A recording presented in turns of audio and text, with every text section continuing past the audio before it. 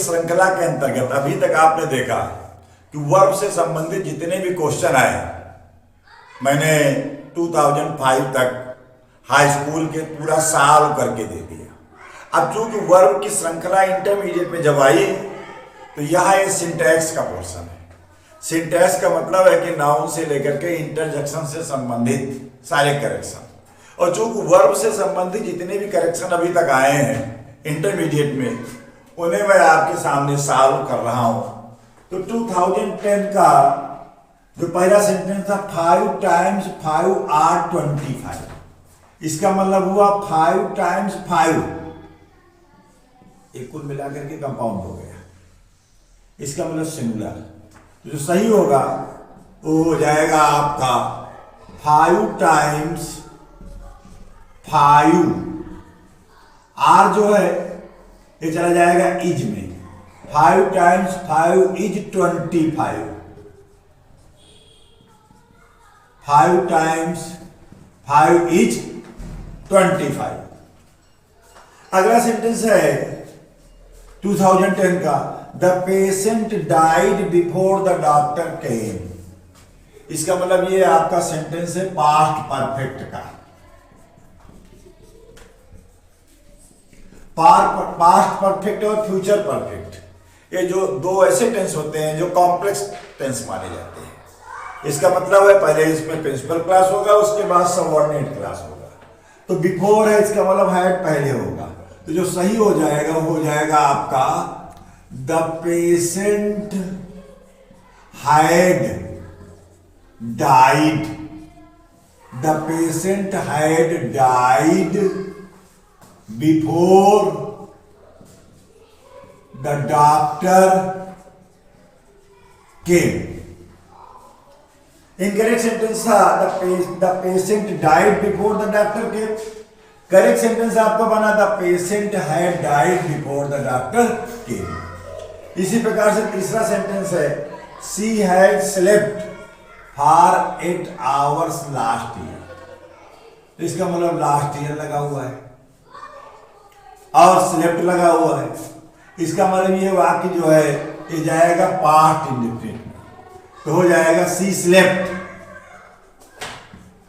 इतना हिस्सा खत्म हो जाएगा। शी स्लेप्ट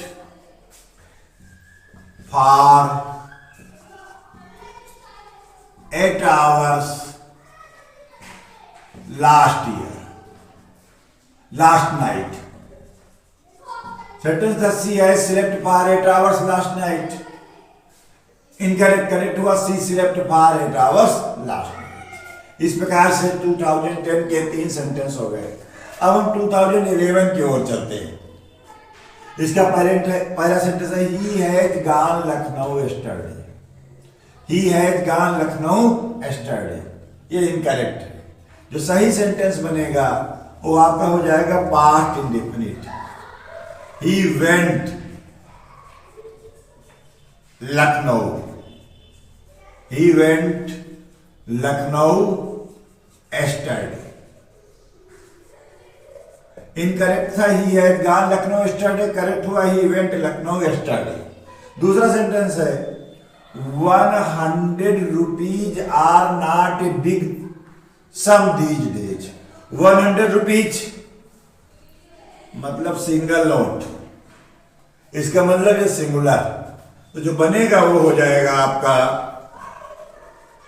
100 रुपीज इज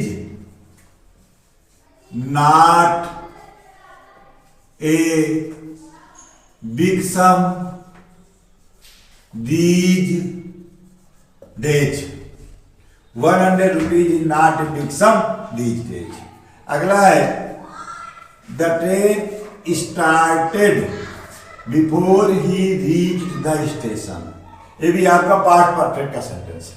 इसका मतलब जो सही सेंटेंस बनेगा वो हो जाएगा the train had started before he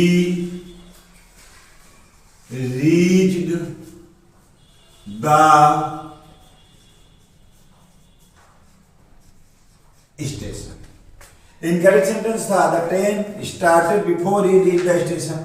correct sentence आपका बन गया the train had started before he reached the station an hour ago. इसका मतलब है ये प्रेजेंट परफेक्ट, इसका होगा पास्ट परफेक्ट। तो इसका हो जाएगा आपका पास्ट, तो हो जाएगा आई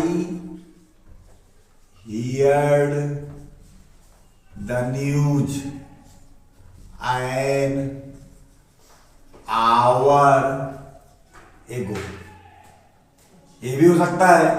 और आई had heard the news an hour एगो, ये भी हो सकता है। तो आप इसको दो तरीके से बना सकते हैं, अथवा I had heard the news an hour ago, दोनों बन सकते हैं। अगला he is ill ever since he left us।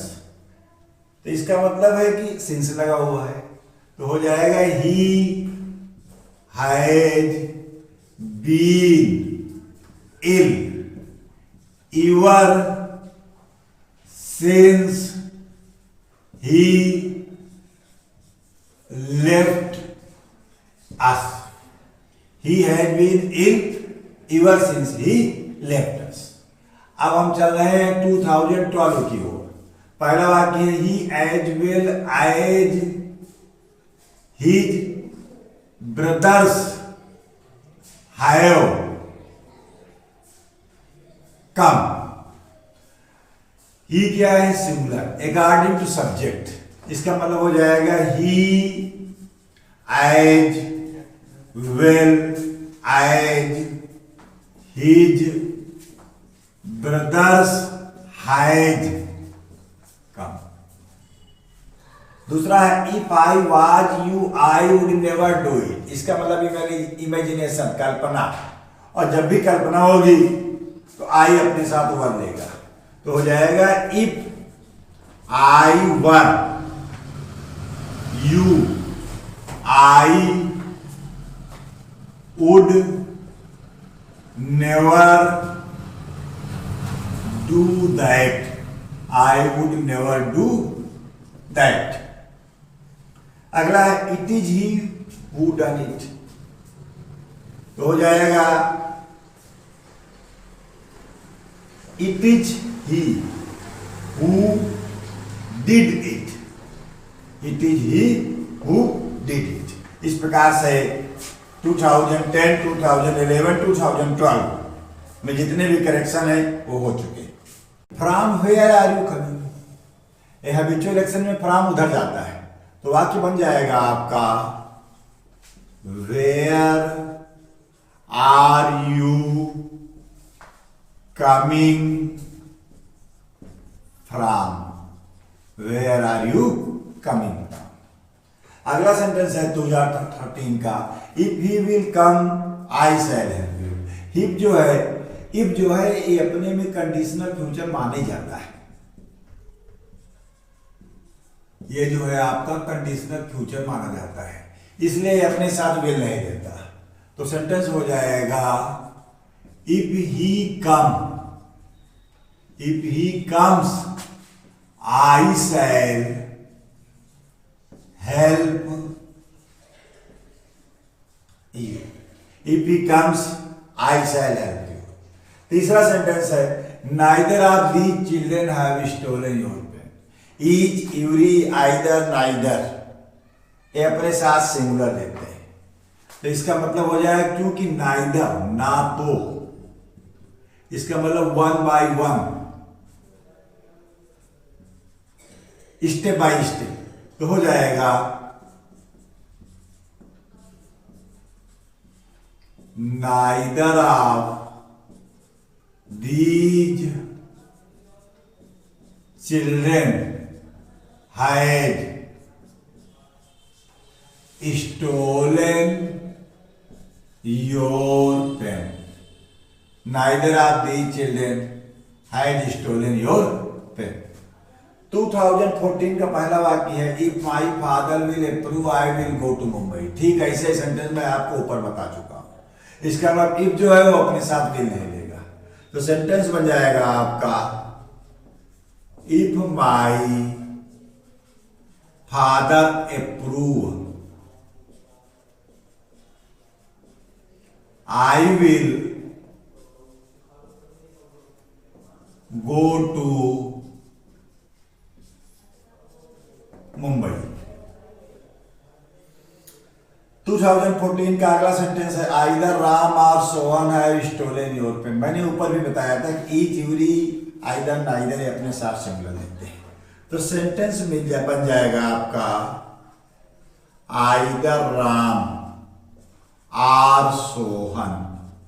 Have जो है ये हैज में चला जाएगा, हैज स्टोलन योर बुक। इस प्रकार से 2014 का पहला सेंटेंस था if my father will approve I will go to Mumbai. Sentence बना if my father approve I will go to Mumbai. दूसरा सेंटेंस था आइदर राम और Sohan have stolen your book. Sentence क्या बना आइदर राम और Sohan have stolen your book.